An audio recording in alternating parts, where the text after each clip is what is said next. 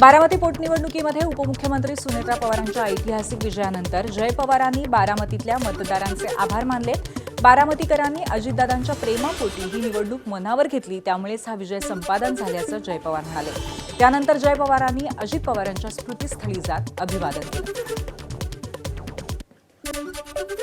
खरं तर मी सर्वच बारामतीकरांचा मनापासून खूप खूप आभार मानतो।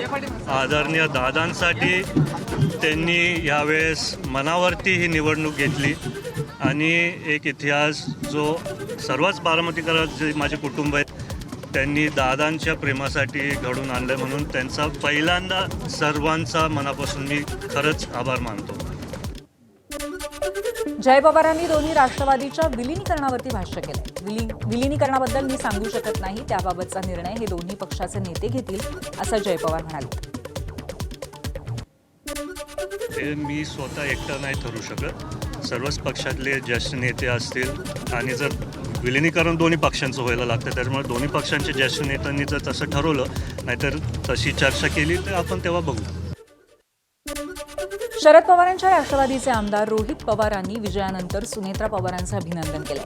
बारामतीकरांनी अजितदादांकडे बघून सुनेत्रा पवारांना भरघोस मतदान केल्याचं रोहित पवारांनी म्हटलंय।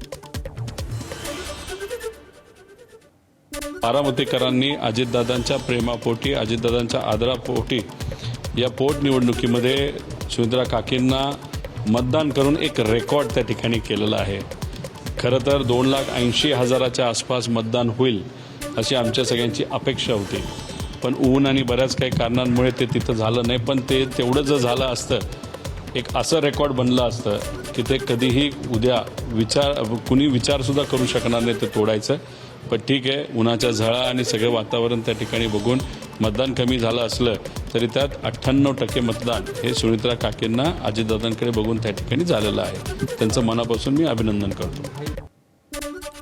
अहिल्यानगरच्या राहुरी विधानसभा मतदारसंघामध्ये पोटनिवडणुकीत भाजपच्या अक्षय कर्डिलेंनी दणदणीत विजय मिळवलाय। कर्डिलेंनी 1,40,093 मतं मिळवत शरद पवारांच्या राष्ट्रवादीच्या गोविंद मोकाटेंचा पराभव केलाय।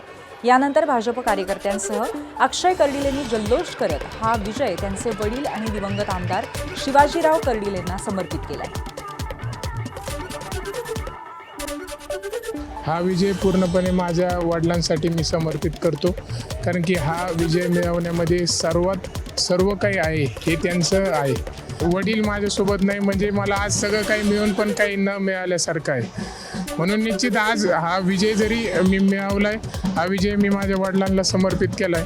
हे सगळं काही त्यांचं, ह्या प्रत्येक गोष्ट आज ही जे काही घडतंय होतंय ही सगळी त्यांची आहे आणि निश्चितपणे त्यांनी जी वाट मला दाखवलेली समाजसेवेची तीच वाट पुढे घेऊन मी निश्चित जाणार। अहिल्यानगरच्या राहुरी विधानसभा पोटनिवडणुकीमध्ये भाजपचे अक्षय कर्डिले 1,12,587 मताधिक्याने विजयी झाले। त्यांचे मेव्हणे आणि राष्ट्रवादी एपीचे आमदार संग्राम जगताप यांनी या विजयाचं श्रेय मुख्यमंत्री देवेंद्र फडणवीस आणि जलसंपदा मंत्री राधाकृष्ण विखे पाटील यांना दिलंय। फडणवीस खंबीरपणे कर्डिलेंच्या पाठीशी उभे राहिले आणि विखे पाटलांनी पालकत्व स्वीकारल्यामुळे हे यश मिळाल्याचं जगताप म्हणाले। या निवडणुकीमध्ये प्रामुख्याने आपण जर पाहिलं तर जसं आत्ताच पालकमंत्री साहेबांनी सांगितलं की मुख्यमंत्री देवेंद्र फडणवीस साहेब यांनी महत्त्वाची भूमिका ह्या निवडणुकीमध्ये बजावली। त्याचप्रकारे प्रामुख्यानं ज्यांनी ह्या निवडणुकीमध्ये अक्षय कर्डिले यांच्या पाठीमागं पालकाच्या रूपाने जी भूमिका बजावली ती जिल्ह्याचे पालकमंत्री नामदार विखे पाटील साहेब असतील, त्याचप्रकारे भारतीय जनता पार्टीचे राज्याचे उपाध्यक्ष सुचेतदादा असतील, या सगळ्या लोकांनी वेळोवेळी ज्या ज्या गोष्टी कराव्या लागतील त्या केल्या आणि त्याच्या माध्यमातून आज एवढा मोठा विजय। कर्डिले साहेबांचा संपर्क होता, कर्डिले साहेबांबद्दल एक लोकांची वेगळी भावना होतीच, पण ह्या सगळ्यांबरोबर ह्या भूमिका देखील सगळ्या लोकांनी बजावल्यात आणि मतदार राजा जो आहे यांनी एक मोठा कौल आज अक्षय कर्डिले यांना दिलेला आहे। केरळ विधानसभा निवडणुकीमध्ये काँग्रेसच्या नेतृत्वाखाली युनायटेड डेमोक्रॅटिक फ्रंटनं ऐतिहासिक विजय मिळवलाय। या विजयासह डाव्या लोकशाही आघाडीची सलग 10 वर्षांची सत्ता यूडीएफने संपुष्टात आणली। 140 जागांच्या विधानसभेमध्ये बहुमतासाठी आवश्यक असलेल्या 71 जागांचा टप्पा ओलांडताच तिरुवनंतपुरममधल्या काँग्रेस मुख्यालयामध्ये कार्यकर्त्यांनी मोठा जल्लोष केला. केसी वेणुगोपाल, सनी जोसेफ, DV सतीशन, शशी थरूर आणि रमेश चेन्निथला यांसारख्या दिग्गज नेत्यांच्या उपस्थितीत केक कापून हा विजय साजरा करण्यात आला. बदल आणि विकास या मुद्द्यांवर UDFनं मारलेली ही मुसंडी केरळच्या राजकारणामध्ये काँग्रेससाठी नवसंजीवनी देणारी ठरली. केरळ विधानसभा निवडणुकीमध्ये मिळालेल्या ऐतिहासिक विजयानंतर तिरुवनंतपुरममधील काँग्रेस मुख्यालय इंदिरा भवन इथे कार्यकर्त्यांनी प्रचंड जल्लोष केला.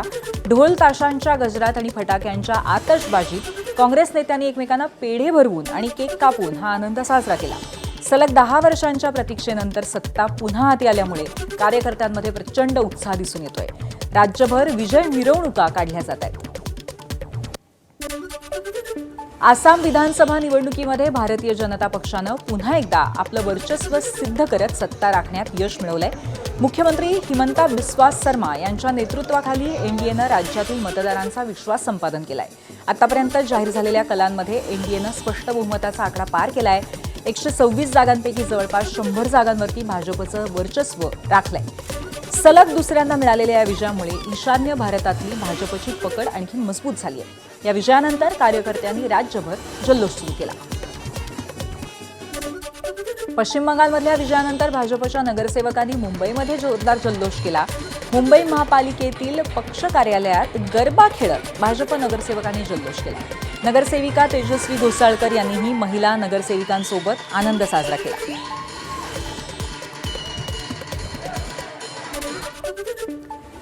मुंबई महापालिकेमध्ये भाजप पक्ष कार्यालयामध्ये नगरसेवकांनी जल्लोष साजरा केला. जय श्रीराम बोलेगा या गाण्यावरती सर्व नगरसेवकांनी ठेका धरत जयघोष केला. तर यावेळी भाजप नेते किरीट सोमय्यांनी सुद्धा ठेका धरत जल्लोष केला. पश्चिम बंगालचा आसाममधल्या विजयानंतर मुंबई भाजप सोशल मीडियावरती भाजपने पोस्ट केली आहे. हार्टलँड ते बंगालपर्यंत नकाशा केवळ विस्तारत नाहीये तर प्रगतीसाठी कटिबद्ध असलेल्या राष्ट्राचा हा विश्वास आहे. उत्तर दिशेकडून ईशान्येकडे रंगांमधील हा बदल आता केवळ सूक्ष्म राहिलेला नाही. बंगाल तर केवळ एका अशा कथेचा नवा अध्याय आहे जिची सुरुवात आधीच झालेली आहे. सर्व एकत्र मिळून 2047 पर्यंत विकसित भारत घडवूया अशी पोस्ट मुंबई भाजपने केली. ठाण्यातल्या भाजपच्या जिल्हा विभागीय कार्यालयाच्या बाहेर भाजप पक्षाकडनं जल्लोष साजरा करण्यात आला. यावेळी भाजप पदाधिकारी आणि कार्यकर्त्यांचा उत्साह पाहायला मिळाला. पश्चिम बंगाल आणि आसाममधल्या विजयासह राज्यातल्या पोटनिवडणुकीत महायुतीने मिळवलेल्या यशानंतर महाराष्ट्रातही जोरदार सेलिब्रेशन झालं. चंद्रपुरामध्ये भाजपचा जल्लोष पाहायला मिळाला. चंद्रपूर शहरातील प्रमुख चौकात फटाके फोडून आणि मिठाई भरवून हा आनंद साजरा करण्यात आला. हा पंतप्रधान नरेंद्र मोदी यांच्या दूरदृष्टीचा आणि भाजपच्या संघटनात्मक शक्तीचा विजय असल्याची भावना भाजप कार्यकर्त्यांनी व्यक्त केली. पश्चिम बंगालमधल्या भाजपच्या यशानंतर परभणीतही भाजप कार्यकर्त्यांनी आनंद साजरा केला. शहरातील भाजप कार्यालयाबाहेर कार्यकर्त्यांची मोठी गर्दी जमली. यावेळी कार्यकर्त्यांनी एकमेकांना पेढे भरवून आनंद व्यक्त केला. अनेक कार्यकर्ते ढोल ताशांच्या गजरात नाचत विजयाचा आनंद साजरा करताना दिसले. भाजपच्या या विजयामुळे सध्या कार्यकर्त्यांमध्ये प्रचंड उत्साह आहे. पुणे जिल्ह्यामध्ये नरसापूर गावात 4 वर्षांच्या चिमुरडीवर अत्याचार झाला. या संतापजनक घटनेच्या निषेधार्थ संपूर्ण महाराष्ट्रात ठिकठिकाणी निदर्शनं केली गेली आणि ती अजूनही केली जात आहेत. अशातच परभणी जिल्ह्यातही नागरिकांमध्ये संतापाची तीव्र लाट उसळली आहे. आरोपीला फाशीची शिक्षा देण्याच्या मागणीसाठी परभणी शहरामध्ये नागरिकांनी एकत्र येत निदर्शनं केली. तर मानवत शहरात ब्राह्मण महासंघ आणि सकल हिंदू समाजानं मूक मोर्चा काढून घटनेचा निषेध व्यक्त केला. तसंच अशा प्रवृत्तींना आळा घालण्यासाठी मागणी आंदोलकांकडून करण्यात आली. नरसापूरमध्ये 4 वर्षांच्या चिमुरडीवरती अत्याचार करून तिची निर्घृण हत्या करण्यात आली. या घटनेचे तीव्र पडसाद बीड जिल्ह्यामध्ये सुद्धा परळी शहरात उमटले. छत्रपती संभाजीनगर महाराज चौकात संतप्त नागरिकांनी रास्ता रोको आंदोलन करत आरोपीला फाशी देण्याची मागणी केली. या आंदोलनामुळे परभणी, बीड आणि अंबाजोगाईकडे जाणारी वाहतूक काही काळ ठप्प झाली होती. यावेळी महिलांनी सरकारकडे आर्थिक योजनांपेक्षा स्त्री सुरक्षिततेसाठी ठोस उपाययोजना करण्याची मागणी करत तीव्र भावना व्यक्त केल्या.